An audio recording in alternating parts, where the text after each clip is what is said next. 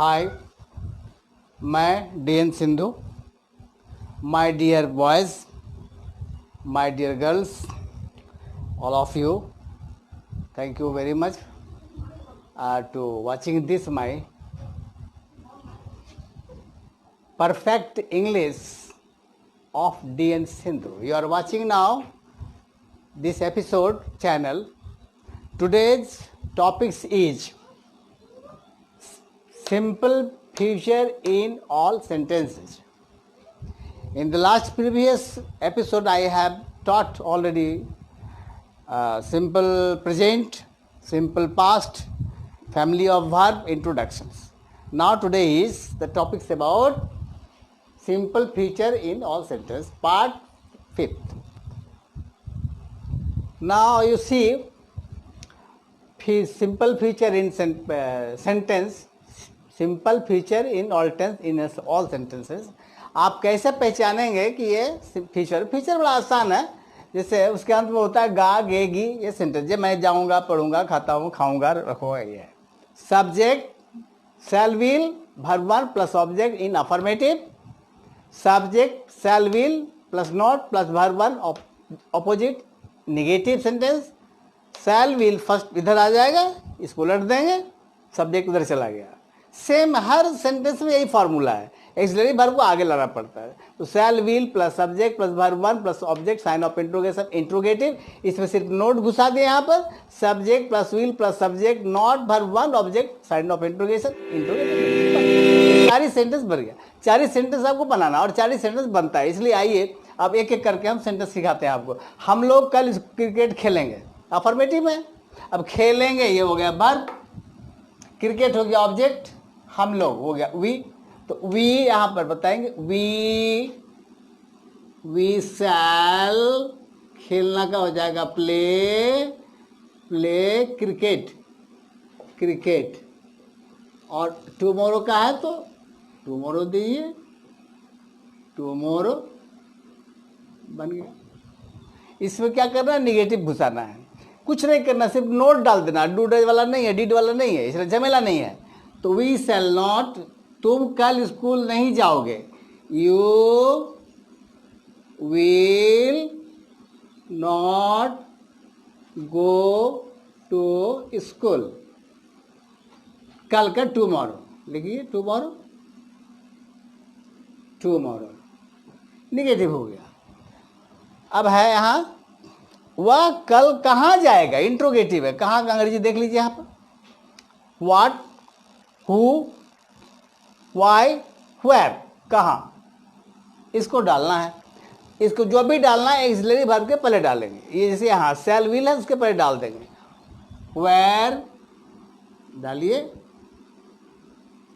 Where he बाद में देंगे, इसके पहले लगाइए विल, वेयर विल ही। अब जाना है गो, कल तो दे दीजिए tomorrow sign of question. Very simple, बस इतना ही बनाना है फ्यूचर टेंस में। और इसी का ज़्यादा इस्तेमाल होता है, फ्यूचर कंटिन्यूअस परफेक्ट का इस्तेमाल बहुत कम होता है। इसलिए आप आसानी से इसको समझ सकते हैं, कोई झंझट नहीं है। सिर्फ नोट लगाना है इंट्रोगेटिव में, और इंट्रोगेटिव नेगेटिव में नोट लगाना है। बाकी में डू डे वगैरह झमेला नहीं है। आइए इसमें आप चलते हैं। तुम कल सुबह क्यों नहीं आओगे, इंट्रोगेटिव नेगेटिव है। सब्जेक्ट हो गया वही आना, और सब्जेक्ट हो गया तुम कल सुबह, तो ये हो गया इंट्रोगेटिव। क्यों, आइए यहां पर क्यों, वाई के साथ विल लगाइए, एक्सिलरी वर्ब, फिर यू दीजिए, अब वर्ब दीजिए आना, और नोट जोड़ दीजिए। Why will you not come, आना है ना, सुबह कल नहीं आओगे, आना हो गया कम। Tomorrow in the morning, tomorrow in the morning, sign of introduction. Now you finished the chapter of simple future tense in all sentences. you have completed all simple sentence of present tense, past tense and future tense in affirmative, in negative, in interrogative and interrogative negative. Because of that, the simple present and simple past is different from this simple future. So in a tense, simple present, simple past and simple future is different type of formulas. So that's why I have so simple of present, past and futures separately I have taken in a one part. Now next topics and next part of it will come future continuous of present, continuous of past, continuous of future, also in affirmative, negative, interrogative and interrogative negative. One thing हम आपसे ये कहना चाहेंगे कि अंग्रेजी जो है बहुत ही इसको याद रखेंगे भाई मेरे दोस्तों, मेरे बच्चों, ये इंट्रोगेटिव हमेशा याद रखेंगे, ये बहुत काम की चीज़ है। तो आइए, अंग्रेजी बड़ी उटपटांग भाषा है भाई, बड़ा ही ये जो है ना, अंग्रेज तो बना गया लेकिन हम लोग उसको आज ढो रहे हैं। तो अंग्रेज और अंग्रेजी रह गई, लोग लिखते कुछ है, पढ़ते कुछ है, बड़ी अजीब चीज़ है। अब देखिए ना, हम लोग बोलते हैं कॉजिन, COUSIN। काजिन का मतलब होता है चचेरा, ममेरा, फुफेरा, सड़ुआना, चाची, मामी, मान चाचा कहिए, चाचा का लड़का, चाचा का लड़की, माने चचेरा, ममेरा, फुफेरा, भाई या बहन, भाई या बहन, जेंडर, कॉमन जेंडर, कजिन। अब अंग्रेजी में कहता ही, अब हम लोग हिंदी में क्या बोलते हैं, चाचा का लड़की को चाचा का लड़की, मामा का मम्मी, मेरी बहन है, चचेरी बहन है, फुसेरी बहन है, ये हमारे हिंदी कल्चर में है। लेकिन अंग्रेजी के कल्चर में ऐसा कुछ नहीं। अब जैसे मान लीजिए father in law, father in law, father in law, ससुर। अब ससुर को मामा ससुर हो, फुआ ससुर हो, जेठा ससुर हो, जो भी हो, उसको फादर इन लॉ ही अंग्रेजी में बोलते हैं। तो ये इंग्लिश हमको यहाँ पर उसके हिसाब से सीखना पड़ता है, जबकि हमारा हिंदी कल्चर से बिल्कुल ही अलग है। तो अंग्रेजी भाई लिखी जाती है कुछ, पढ़ी जाती है कुछ। जैसे मान लीजिए अभी अंकल, अंकल मैंने हम लोग सीधा जानते हैं चाचा, चाचा। अब हमारे यहाँ भारतवर्ष में परंपरा है, चाचा है तो बड़े भाई के, बाबूजी के बड़े भाई को भी चाचा बोलेंगे, और मामा को मामा बोलेंगे, मौसा को मौसा बोलेंगे। लेकिन अंग्रेजी में है क्या, मामा भी है तो अंकल, मौसा भी है तो अंकल, चाचा भी है तो अंकल। तो क्या बोलेंगे अंकल, अंकल का मतलब सब हो गया, चाचा मेरा, मैं मेरा, वगैरह वगैरह। तो इसी तरह से अंग्रेजी जो है बड़ी ही उटपटांग भाषा है और हमारी भाषा है नहीं, लेकिन हमको तो सीखना है, पढ़ना है और जानना पड़ता। अगर हम ऐसे नहीं समझेंगे, नहीं बोलेंगे तो कहेगा आप अंग्रेजी आती नहीं। देखिए आंटी, AUNTY, आंटी माने हम लोग चाची बोलते हैं। अब चाची का मतलब होता है कि बाबूजी या बाबूजी के छोटे भाई की पत्नी को चाची बोलते हैं। लेकिन इंग्लिश में मामी को भी चाची, मौसी को भी चाची, चाची को भी चाची, माने कोई भी हो वो आंटी और अंकल बोलते हैं। तो वहाँ अंग्रेज में इस तरह का, अंग्रेजी शासन में या अंग्रेजी कल्चर में इस तरह का नहीं है।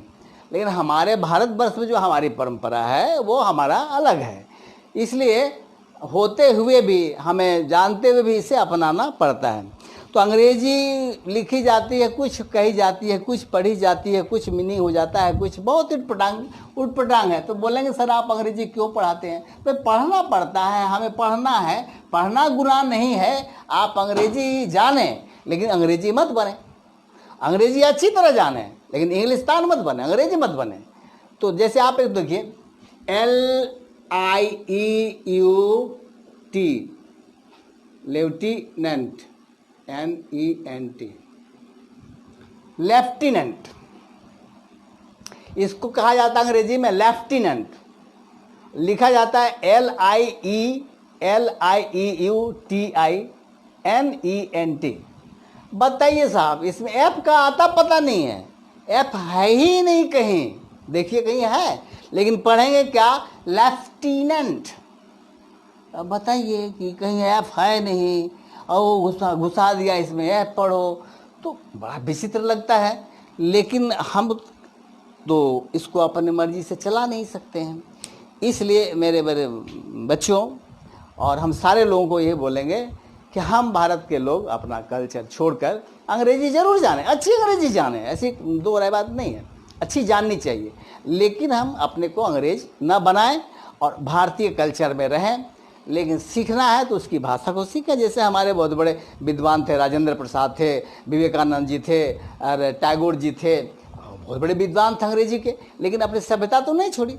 हम अंग्रेजी सीखेंगे लेकिन भारतीय सभ्यता जो हमारा है, हिंदी कल्चर जो है, हमारे देश की जो कल्चर है, उसको हम अपना ही रखेंगे। तो इन्हीं शब्दों के साथ हम आज अब आपका क्लास खत्म करेंगे कि देखिए एक ही चीज़ मैंने बड़ा इंपॉर्टेंट बताया कि लिखते कुछ हैं और पढ़ते कुछ हैं, इसलिए उसकी भाषा को हमें फॉलो करना पड़ता है। तो जैसा अंग्रेजी कहा गया है उसे मुझे करना पड़ता है, इसलिए बड़ा डिफ़िकल्ट लगता है इसकी उटपटांग भाषाओं को समझने में। इसलिए अंग्रेजी कोई छोटी सी चीज़ नहीं, बहुत बड़ी चीज़ है और बहुत बड़ा अंग्रेजी एक सागर है, समुद्र है, इसमें से आपको ढूंढ कर निकाल कर बताना। तो मेरे बच्चों ये इतना याद रखें कि आप जब तक टेंस अच्छी तरह से नहीं जानेंगे और आपकी पकड़ जब तक नहीं होगी, आप अंग्रेजी सीखने में असफल रहेंगे। इसलिए मैं अगला पड़ाव जो लाऊंगा, टेंस के बाद आपके एक्टिव पैसिव पढ़ाऊँगा, नरेशन पढ़ाऊँगा, सिंटेक्स पढ़ाऊँगा, कॉमन एरर पढ़ाऊँगा, फॉर्मेशन ऑफ सेंटेंस पढ़ाऊँगा, डिग्रीज पढ़ाऊँगा, आर्टिकल पढ़ाऊँगा, उसके बाद फॉर्मेशन ऑफ वर्ड पढ़ाऊँगा। ये सारी चीज़ें आपको, एक फ्रेजल वर्ब पढ़ाया है, मॉडल वर्ब पढ़ाया है, एक्सिलरी वर्ब पढ़ाया है, इन सारी चीज़ों को अच्छी तरह से अगर आप जानते हैं और जान जाएंगे तो अच्छी अंग्रेजी जानेंगे, और यह कोई 2-4 दिन में सीखी नहीं जा सकती है। इसलिए मैं प्यारे बच्चों आपसे रिक्वेस्ट करूँगा, और ये रिक्वेस्ट भी है और मेरा आदेश भी है कि आप इसको देखें, बोर्ड को जब भी फुर्सत मिले तो किसी भी टेस्ट को आप देख लें और थोड़ा सा याद करने की कोशिश करें। और एक बहुत इंपॉर्टेंट बात है जो आप आदत बना लें कि 2 या 3 वर्ब हमेशा याद करें, verb 1 to verb 2 verb 3 verb 4 नहीं चलेगा, वर्ब 1 वर्ब 2 वर्ब 3 3 डेली याद करें, फ्रेजल वर्ब 2-3 डेली याद करें। इस तरह से आपके पास बहुत सारे वोकैबुलरीज आ जाएंगे और फ्रेजल वर्ब आ जाएंगे, मेन वर्ब आ जाएंगे, और जब आपके पास शब्दकोश हो जाएगा, वर्ड्स का भंडार हो जाएगा, तो आप धीरे धीरे अंग्रेजी बोलना भी सीखेंगे। जब मैं आपको टेंस ले चल रहा हूँ तो आप इसको घर में प्रैक्टिस करेंगे।